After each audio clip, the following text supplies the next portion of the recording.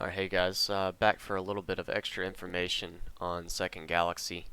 I realized that the last video I had, I was unable to really show everything that I needed to show because I was out in space and some functions are only available when you're docked up in a space station like this. Um, yeah, not quite as interesting of a view when you're docked in a space station, but really, who cares? You're not supposed to stay in a space station anyways.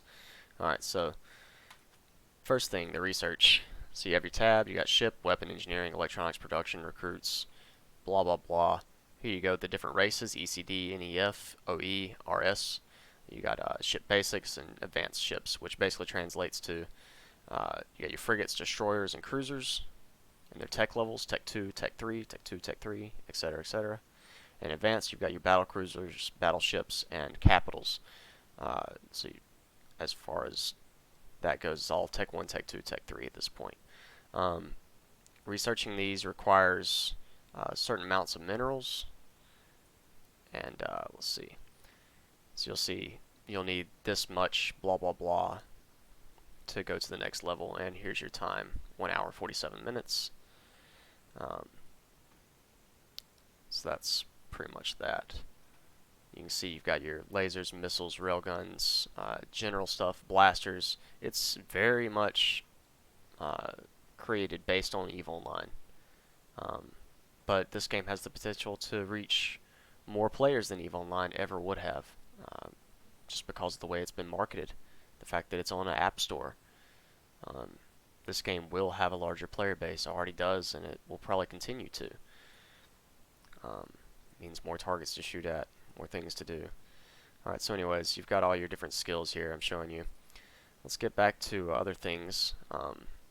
So here's your warehouse. This is where you'll have all of your modules and all that shit. There's ammo, weapons, devices, etc., etc. There's development, which allows you to develop higher tiers of equipment. So you can go from tier 1, rank 1, all the way up to tier 3, rank 5. Alright. Um, Ship hangar. Obviously, this is where the ships are. These are the few little ships that I have at the moment. Let's see, what else is important that I should show you? Here's your recruit tab, so you can see this recruit is level 1. His rating is only 550. This is an alternate account that's made for scouting. Does not have the most impressive things to show you, but if you click on the ship icon, you'll see that at later levels, this guy can be flying this, and he's your wingman. He'll show up to help you fight. It's a very useful strategy. It can turn the tides of a battle if you use them correctly. So that's one more cool little thing this game has that EVE doesn't. You're never really alone. Alright, so of course you've got corporations. I showed you the star maps. Let's see. The trading post. Right. So, if you want to buy an item or a ship or whatever, you can obviously go to the market, and it is a general market. You don't have to travel to Jedha to get this shit. It's just, you click this tab, it's a system-wide market, or a galaxy-wide market actually, and you can buy any ship anywhere. You don't have to travel to get it, so there's a nice little perk on that. But you can manipulate the markets. You can absolutely have an effect on it. I've been playing the market since day one, and I've made a lot of money off of it. As long as you have the time and willpower to research through the stuff. There's blueprints to make these things. So a blueprint for a Sprinkle frigate is 368,000. Go back to the products. The Sprinkle itself sells for 413. So you produce it, you make a profit. You can buy low, sell high, corner a market, whatever you want to do. Yada yada. Alright.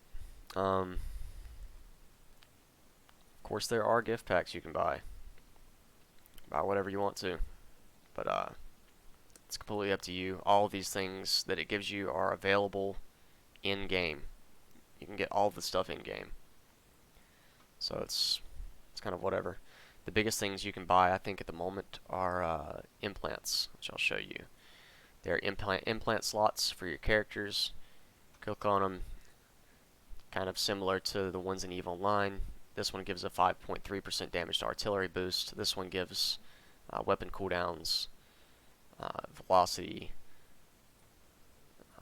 Let's see here. Go to another section. Different slots have different effects. So this slot is for shield resistances, and this slot over here will be for velocity. The main stat is velocity. These are your licenses, what you're allowed to fly. So after you research something, you train the license up, or actually pass the licensing test, kind of like a driver's license, like you are eligible to fly this because you've passed this test. Get some rewards for doing that. Attributes. When you level up, you gain attribute points. You can place them into one of 4 categories. If you want to be a weapons specialist, put them into weapons. If you want to be tankier, put your stats into tank.